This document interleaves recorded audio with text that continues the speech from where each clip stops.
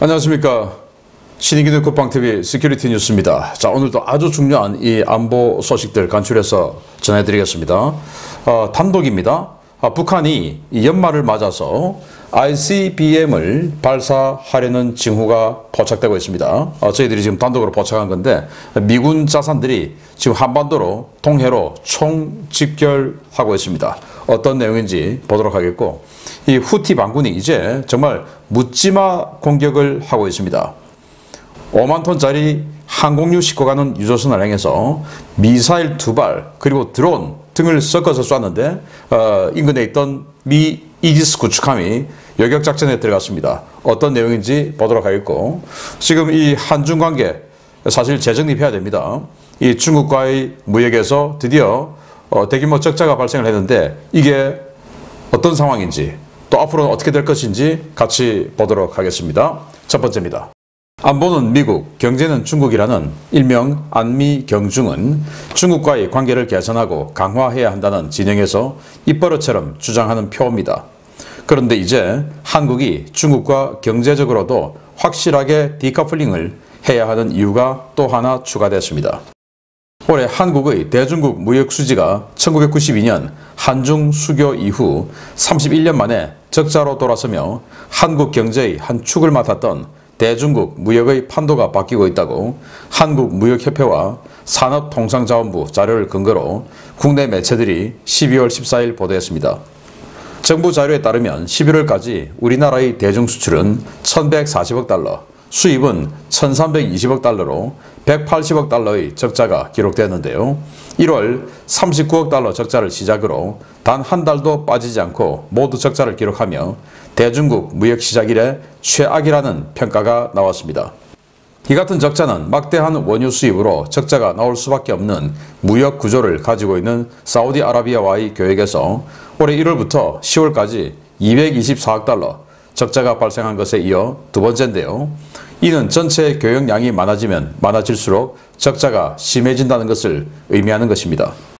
대중무역에서 적자가 급증하기 시작한 것은 중국이 그동안 한국으로부터 수입했던 품목이 소비재가 아닌 중간재였기 때문입니다. 중국이 대부분의 중간재를 국산화하며 한국산 중간재 수입이 급격히 감소했고, 반대로 한국이 주로 수입하는 2차 전지 재료와 희토류, 각종 화학제품은 소요가 늘고 자원 무기화 정책으로 가격도 상승하면서 한국의 무역 적자는 갈수록 심화되고 있습니다. 중국은 반도체와 배터리 등 완제품을 만드는 데 필요한 중간재 분야에서 수단과 방법을 가리지 않고 해외 기술을 절취해 국산화했는데요. 지난 수년간 이런 상황이 심화되며 중국은 이제 경제협력 대상에서 경쟁국으로 완전히 탈바꿈했습니다.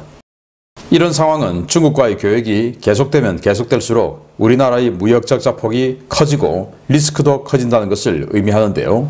우리나라도 공급망 전환과 기업 R&D 지원, 산업 보안 강화를 통해 중국과의 확실한 디커플링을 서둘러야 하겠습니다.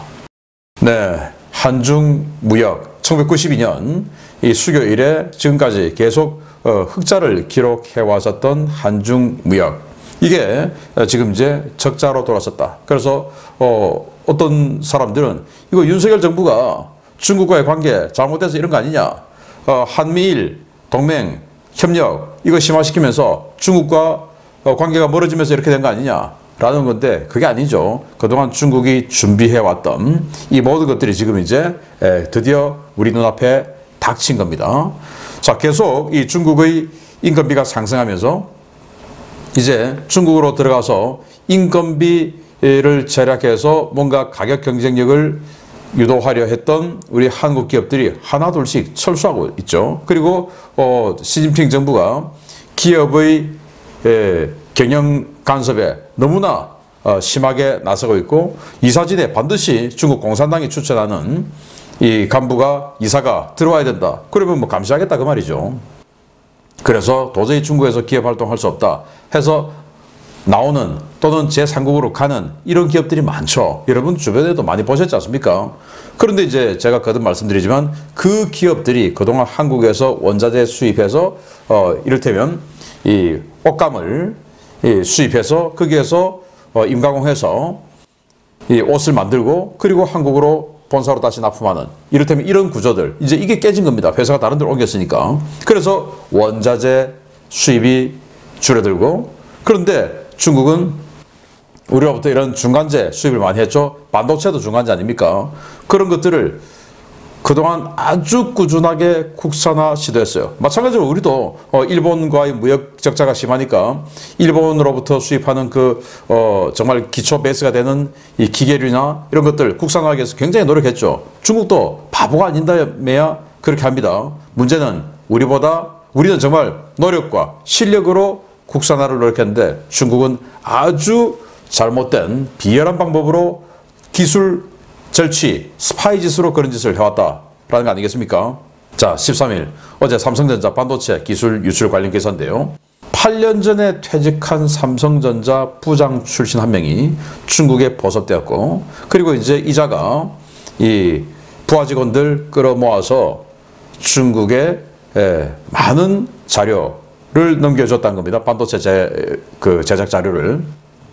기술이죠. 그로 인해서 직접 피해가 수조 원, 또 이로 인해서 중국이 경쟁력 있는 이 제품을 개발하고 또 우리와 한 5년 정도의 기술 격차를 좁혀버려서 그로 인한 앞으로의 기회비용까지 생각하면 수십조의 피해를 입힌 거죠, 이자들이. 그런데 우리나라는 이 기술 스파이에 대해서, 산업 스파이에 대해서 너무 법이 무르죠. 미국처럼 종신형을 때려버린다든지 이런 식으로 해야 되는데, 이건 뭐 퇴직금 생각하고 한 몇 년 들어가 있다가 나오면 정말 떵떵거리고 수백억 가지면서 살 수 있는데 뭐 한번 해보지.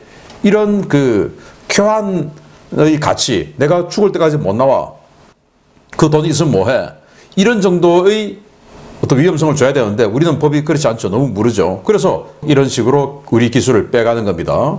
그리고 중국은 요소수죠. 그리고 히토류 등 그들이 가지고 있는 자원을 무기화해서 점점 가격을 올립니다. 그래서 원자재는 무기화하고 중간재는 기술 절취를 통해서 국산화하고, 그리고 이 중국으로 나가 있던 기업들이 철수하면서 자연적으로 중간재 수입이 줄어들고, 그리고 소비재는 어차피 중국과 경쟁이 안 되고, 이런 상황이다 보니 이게 우리가 이제 무역 흑자할 가능성이 점점 떨어질 수밖에 없다라는 구조예요. 이거는 뭐 정부의 성향과 관계없는 거예요.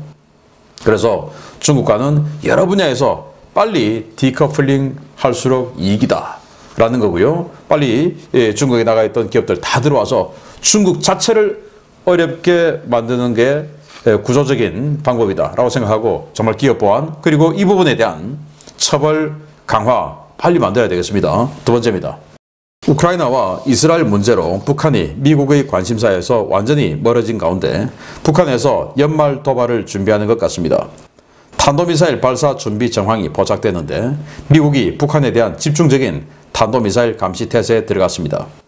북한이 내년 우리나라와 미국의 중요한 선거를 앞두고 한반도에서의 군사적 긴장감을 고조시키기 위해 대륙간 탄도미사일 발사나 추가 핵실험 등 고강도 도발에 나설 가능성이 제기되고 있으며, 최근 주일 미군 감시 정찰 자산들이 이에 대비한 대북 정찰 활동을 강화하고 있는 것으로 확인되었습니다. 미국은 12월 13일 주일 미군 가데나 공군기지에서 RC-135V 리벳 조인트 신호정보 정찰기 64-148-46 기체와 RC-135S 커브라볼 탄도미사일 추적기 61-2663 기체를 연달아 띄우며 수도권과 강원도, 동해 일대에서 집중적인 정찰 비행을 실시했습니다. 리벳 조인트는 북한의 도발 징후가 포착되었을 때 북한군의 움직임과 통신을 들여다보기 위한 신호정보 정찰기이고, 커브라볼은 북한이 미사일을 발사할 징후가 뚜렷할 때 미사일 예상 비행 코스에 대기하며 탄도미사일 궤적 정보를 수집, 분석하는 전문 정찰기입니다. 미국은 지난 12월 10일 요코스카에 전진 배치되어 있던 탄도미사일 추적함 하워드 로렌젠 함도 출항시켰는데요. 하워드 로렌젠은 12월 13일 스시마 해협을 통과해 동해에 진입해 작전 중인 것으로 확인되었습니다. 미 정찰 자선들의 이 같은 움직임은 북한이 동해상에서 모종의 미사일 발사 실험을 할 가능성에 무게를 실어주고 있는데요. 한동안 잠잠하던 북한, 과연 어떤 도발에 나설지 예의주시해야 하겠습니다. 북한이 ICBM으로 활용될 수 있는 장거리 로켓에 위성을 실어서 발사했죠. 그게 또 성공했습니다. 자, 그러면 이제 그걸 ICBM으로 활용할 수 있다는 것을 보여주고 싶겠죠. 또 최근에 미국이 중거리 탄도미사일 여격하는 이런 실험을 했습니다. 그러면서 이 북한이 니들이 그거 성공했어? 그럼 우리 것도 한번 막아봐. 할 수 있겠어? 이제 이런 이 도발을 하려는 것이 아닌가라고 생각이 되는데, 자, 여기 보시면 수도권 상공의 서울 남쪽 지역에 리벳 조인트가 오키나와로부터 날아와서 이런 식으로 동서로 횡단하면서 계속 비행을 하고 있어요. 경기도 지역만 지금 왔다 갔다 하고 있다는 거죠. 이건 뭐냐? 주로 북한이 이 서부 지역에서, 북한의 서부 황해도 지역에서 뭔가가 이루어질 때 이런 정찰 패턴을 보입니다. 그래서 미사일 발사 징후라고 봤을 때 북한이 서쪽에서 미사일을 쏘면, 동쪽으로 미사일 쏘면 장거리 미사일 쏠 때 이런 패턴을 보이죠. 그래서 리벳 조인트, 이 신호정보, 통신, 감청 전문 정찰기가 이 경기도 상공에서 이런 식으로 비행을 하고 정찰을 하고 있다는 것은 황해도 지역에서 서쪽에서 동쪽으로 장거리 미사일을 쏜다. 그래서 이렇게 해석할 수 있고, 그리고 또 역시 이 오키나와에서 날아온 코브라볼 정찰기가 이런 식으로 일본 규슈를 관통해서 동해로 들어갑니다. 그 말은 이 코브라볼은 탄도미사일의 궤적을 그대로 추적하는 그런 탄도미사일 전문 추적 정찰기예요. 이게 동해로 들어갔다는 것은 동해 지역을 관통하든지 아니면 동해에 낙탄하든지 아주 높은 고각 발사를 해서 동해로 낙탄하든지 아니면 뭐 실거리 사격해서 아예 일본을 넘겨서 태평양으로 쏘든지 뭐 그런 어쨌든 동쪽으로 미사일을 날린다라는 것을 볼 수가 있고, 그리고 역시 탄도미사일 전문 추적하는 이 엑스밴드 레이더가 대형 레이더가 장착된 하워드 로렌젠 함이죠. 일본 요코스카에 정박해 있었는데 이게 12월 10일 출항해서 12월 13일 동해 진입했습니다. 즉 동해 상공을 지나든지 동해에 낙탄한다, 이 말이 되는데, 북한이 그동안 12월에 이런 대형 도발을 했던 패턴이 있어요. 은하 3호 로켓을 발사한다든지 또 핵실험을 한다든지 이런 대형 도발을 12월에 해온 패턴을 보이는데, 그건 왜냐? 연초에 김정은 신년사 때 우리가 작년에 이런 성과를 보였어 라는 성과를 과시하기 위해서 연말에 이런 패턴을 보여왔는데, 지금 전 세계 관심이 우크라이나와 이스라엘에 가 있다 보니 조금 관심 밖에 있죠. 이 관심 밖에 있는 이 사이에 북한은 완전히 핵무기 그리고 핵무기 투발 수단을 고도화해서 이제 뭐 트럼프 전 대통령 같은 경우는 자기 선거 공약에 또 이 북한 관련한 이 정책에 북한의 핵을 이제 인정할 수밖에 없다. 비핵화 되겠냐? 그리고 지금 있는 것보다 추가로 더 만드는 거, 이걸 억제하는 뭐 이런 조치에 들어가야 된다 라고 할 정도로 사실은 북한이 지금 핵무기 가졌고 고도한 거 아니겠습니까? 거기에는 한국 정부가 오랫동안 방만하게 그냥 방치해 놓은 이런 탓도 있죠.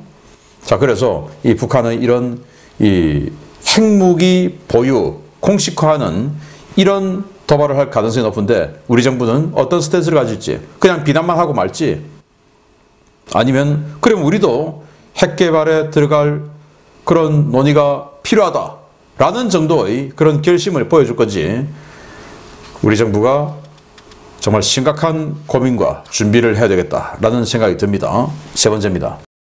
이스라엘과 연관이 있는 선박의 홍해 출입을 막겠다고 선언했던 예멘 후티 반군이 이스라엘과 관련 없는 선박도 공격하기 시작했습니다.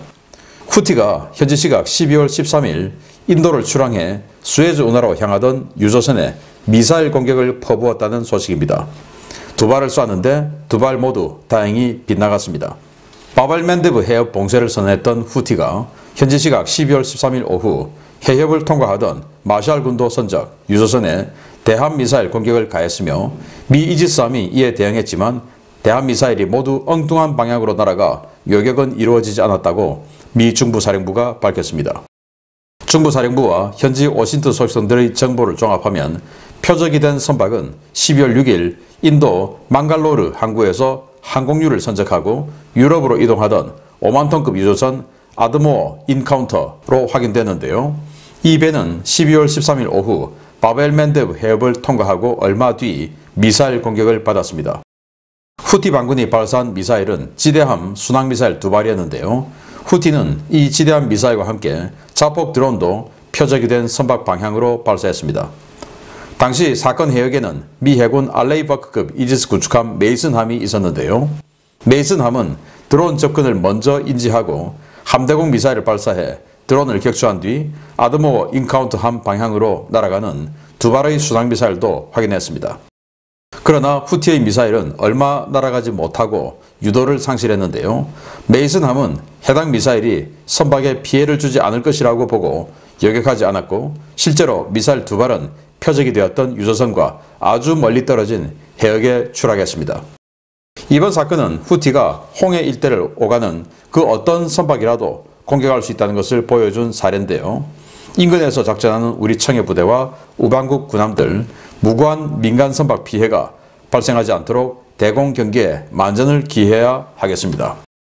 네, 후티가 아무 관계없는, 이스라엘과 아무 관계없는 그냥 마샬 제도 선적의 유조선, 인도에서 정제된 항공유를 싣고 수에즈운하 쪽으로 가서 아마 유럽으로 가겠죠. 그 배를 향해서 미사일 공격, 순항미사일 2발을 쏜 겁니다. 그리고 또 여격을 어렵게 하기 위해서 자폭 드론까지 같이 쏜 겁니다. 그래서 인근에 있던 미국의 이지스함이 그 드론을 여격했는데 배는 이 배입니다. 아드모 인카운트라고 하는 5만 톤짜리 배예요. 꽤 크죠. 이 배를 향해서 또 여기에 항공유가 잔뜩 실려 있겠죠.